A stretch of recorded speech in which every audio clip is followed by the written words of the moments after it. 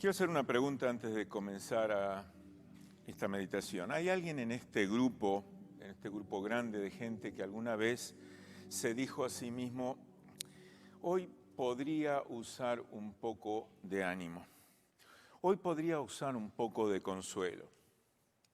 Quizá haya sido una semana larga en el trabajo, quizá una entrevista que no fue tan bien como esperábamos, quizá un difícil día en la escuela o una frustrante conversación con nuestros hijos.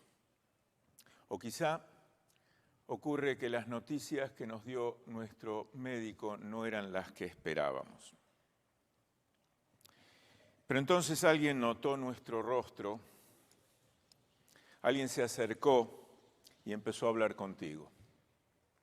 Comenzó a recordarte algunas promesas de Dios que sin duda conocías, pero que necesitabas que fuera refrescada en tu mente y en tu corazón nuevamente. Esas promesas que tú conocías, pero que tú necesitabas desesperadamente recordar. Esas promesas que dicen que tú nunca estarás solo en la vida porque Dios está siempre contigo. Que no tienes por qué tener temor porque Dios está en control de todas las cosas. Y ese mismo Dios que está en control de todas las cosas tiene un plan para ti. Y que Dios tiene hermanos y hermanas que te escucharán, que te darán ánimo, que te consolarán y que estarán a tu lado en cualquiera sea la circunstancia que estés pasando. El pastor W. Criswell cuenta la siguiente historia. Una pequeña niña llegó a su casa después de un día de escuela y le dijo a su madre que su compañero de clase estaba muy triste. La madre le preguntó, ¿por qué? Porque su mamá había muerto.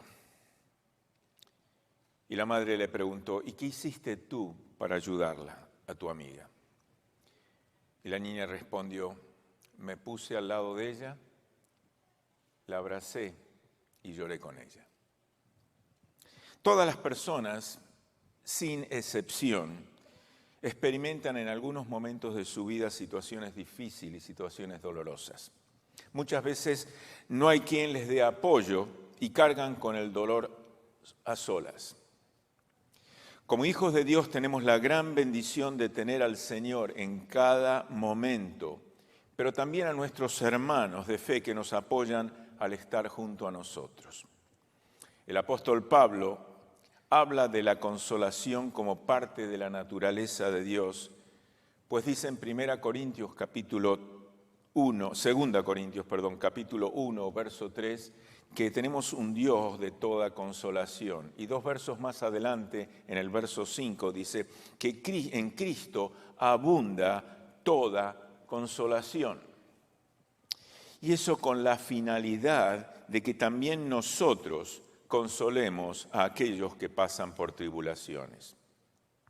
Hoy quisiera, al continuar con el estudio del libro de los Hechos del Espíritu Santo a través de los apóstoles, meditar en alguien que no solo es uno de mis héroes bíblicos, sino que su vida me da un maravilloso ejemplo de cómo ser un hombre o una mujer que puede realmente inspirar la vida de los demás. Un hombre que al estudiar lo que él ha hecho, nos motive a hacer nosotros algo similar, algo parecido. Su nombre era José, era de la tribu de Leví y era nacido en Chipre.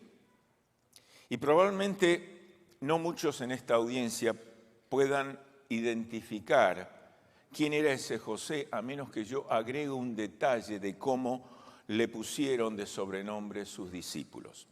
Ellos le pusieron Bernabé. Ese nombre deriva de 2 palabras hebreas, ber o bar, el cual es un pronombre que literalmente significa hijo de. Y nabás, que es una profética exhortación a la consolación. Así que literalmente Bernabé significa literalmente hijo de consolación. El llamar a alguien en la cultura hebrea hijo de o de alguien refleja una manera de describir su carácter.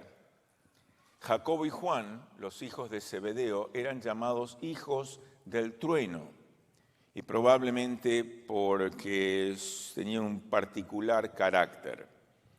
El ser conocido como Bernabé era una manera de describir a alguien alrededor del cual a la gente le gustaba estar. Les era grato estar alrededor de una persona como Bernabé. La gente deseaba pasar tiempo con él por su interés en consolar y animar a las personas. Y muy particularmente y muy especialmente en una época en la iglesia estaba sufriendo una feroz persecución.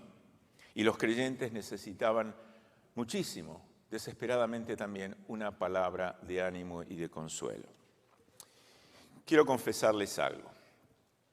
El Bernabé en mi vida de cristiano, hace 43 años ya, aquella persona que me anima, aquella persona que me consuela y apoya mis sueños y los planes que tiene Dios para mí, es mi esposa Mari. Ella me levanta cuando estoy caído, me consuela y me anima cuando me siento desanimado y sin fuerzas. Y cuando me siento fracasado, ella me recuerda lo que Dios piensa de mí. En realidad todos deberíamos tener un Bernabé en nuestra vida, pero quizá tú en esta mañana estés pensando, ¿sabe, pastor? Yo lo único que necesito es Dios y yo. Teniéndolo a Dios es todo lo que necesito. Pero déjenme decirles que si bien Dios es la fuente y el origen de todo, aún Él, en Génesis capítulo 2, verso 18, dijo, no es bueno que el hombre esté solo. Ciertamente, Adán tenía a Dios. Adán tenía una íntima comunión con Dios, pero él sabía que Adán necesitaba a alguien en su vida para animarlo, motivarlo y consolarlo. Y para ello creó una ayuda idónea para él. Quiero decirles que Bernabé fue esa persona para Saulo. Y la realidad es esta.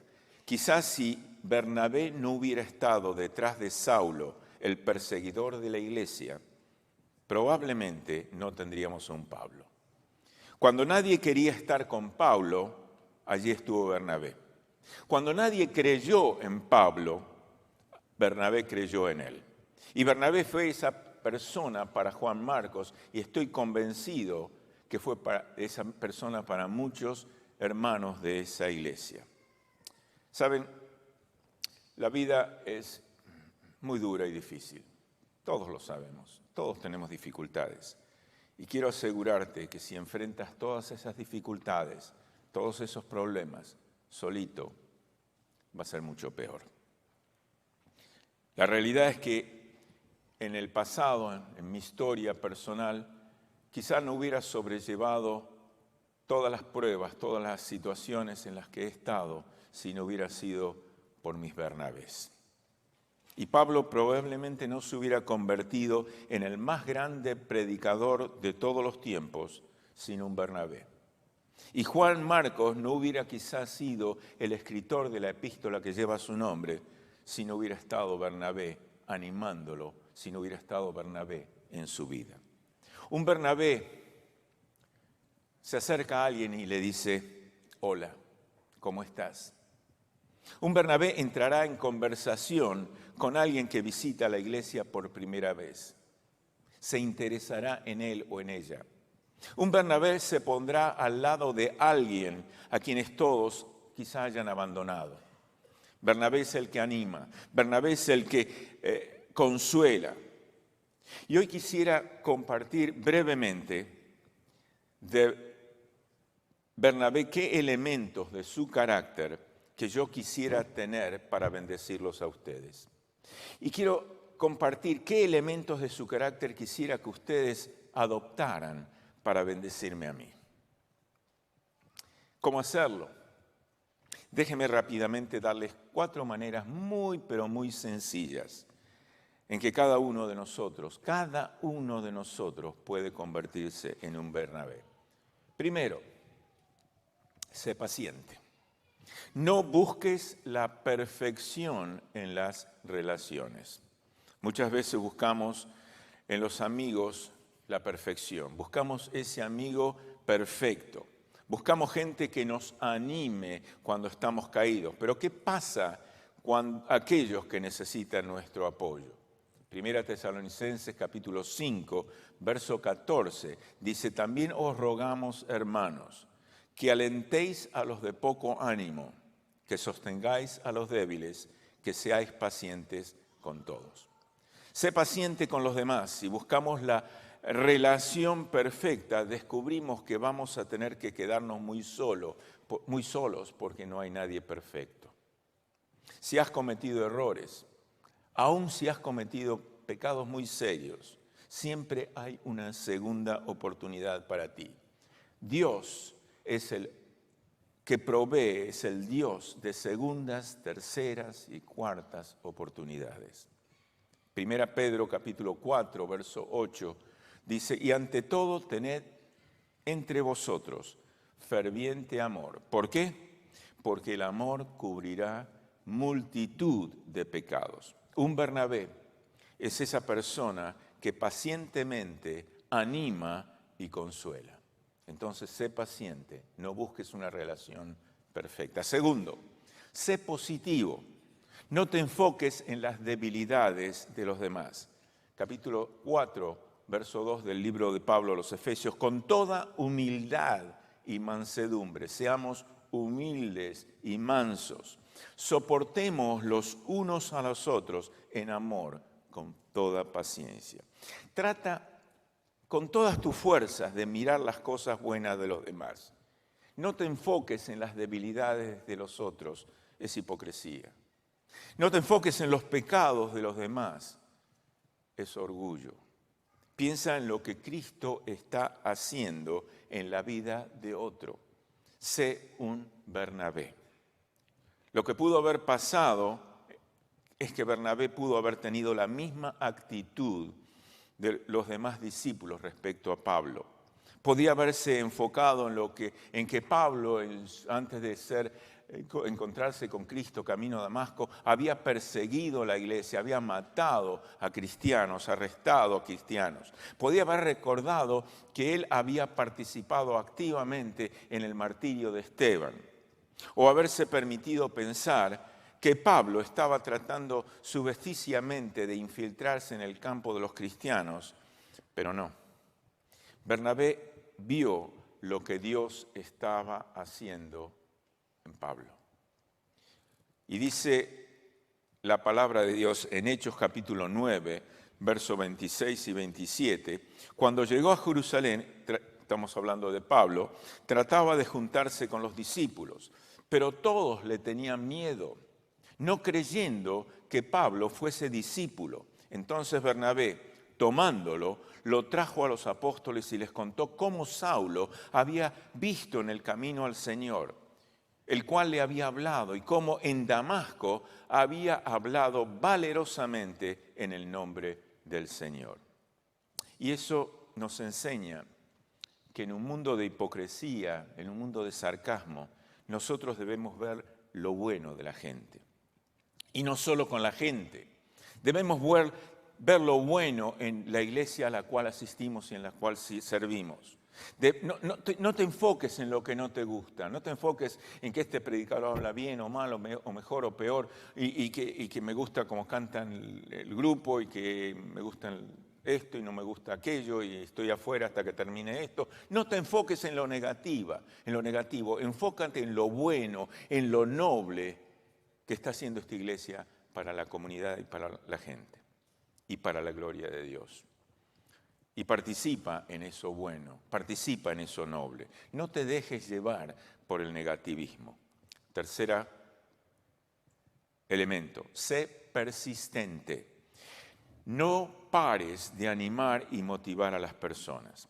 En Hebreos capítulo 10, verso 25 dice: sino exhortándonos, y tanto más cuando ves que ese día está cerca. Es muy bueno animar a alguien una vez. Darle una palmadita en el hombro y decirle, good job, you've done it. Es muy bueno eso.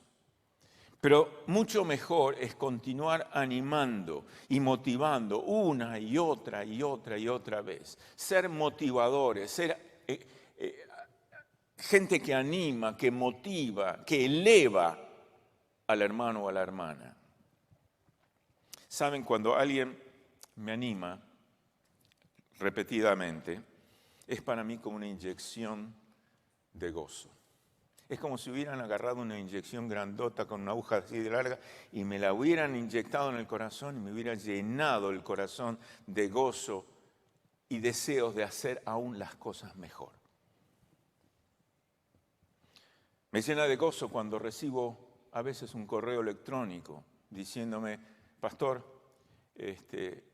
sentí que Dios me estaba hablando cuando usted dijo esto y aquello. Gracias. Y cuando recibo el segundo email, aún más y aún mejor.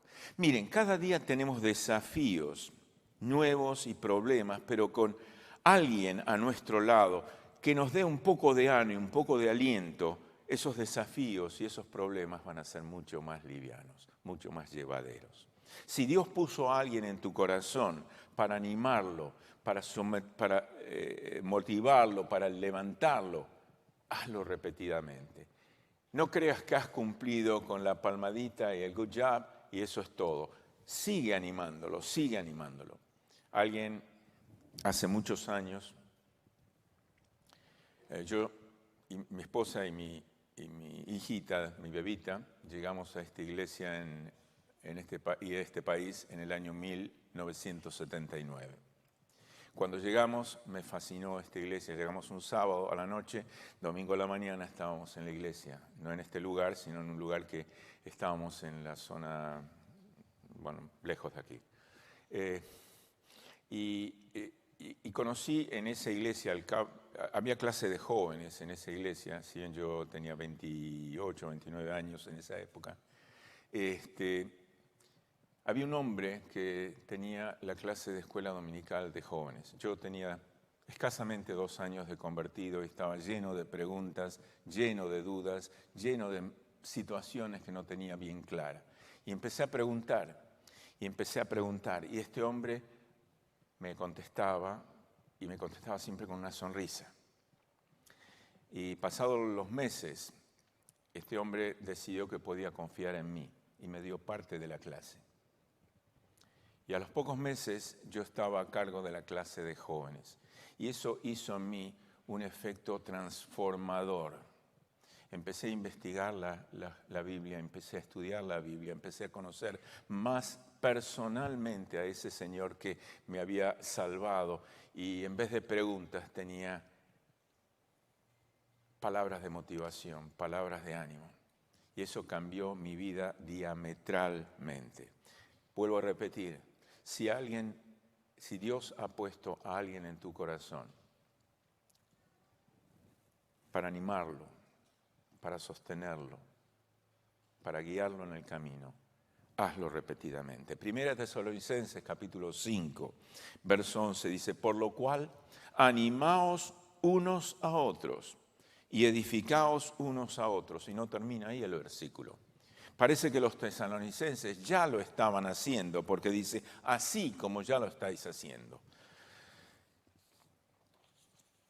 Sé perseverante, sé paciente. Y por último, ve el potencial. No te enfoques en lo que son, sino en lo que pueden, por la gracia de Dios, ellos ser. Si queremos ser más como Bernabé, debemos creer en ellos, debemos ver su valor como lo ve el Señor y debemos escoger envolvernos en su futuro y no quedarnos en su presente o en su pasado, no quedarnos en sus pecados y errores. Cuando Bernabé vio por primera vez a Pablo, él pudo haber visto todo lo malo que él había hecho. Sin embargo, eligió mirar su potencial. 1 Corintios 13:7 dice, el amor todo lo sufre, todo lo cree, todo lo espera, todo lo soporta. Ahora me pregunto, ¿cuál es nuestro llamado a cada uno en esta mañana? ¿Qué es lo que el Señor está queriendo ministrar, decirnos, aconsejarnos a cada uno de nosotros en esta mañana? A ser un Bernabé, a ser un consolador, a ser un motivador, alguien que ve lo positivo en otro y le motiva a hacer todo lo que Dios quiere que sea y a desarrollar ese potencial que Dios derramó en cada una de nuestras vidas. Y quiero decirles, queridos hermanos, que no es el trabajo de algunos pocos, es el trabajo de todos. Todos podemos hacerlo. Y por unos momentos, solamente por unos momentos, cerremos los ojos y pensemos en una iglesia colmada de Bernabés. Piensen en cada uno de nosotros motivando, animando, aconsejando, exhortando, discipulando entre nosotros. ¡Qué bendición! ¡Qué iglesia sería esa! Y la pregunta que cabe es, ¿estás dispuesto a ser uno de esos Bernabés?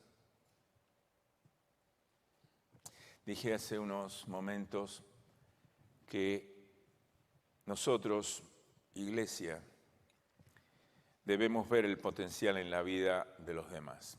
¿Y por qué repito esto? Una razón muy sencilla.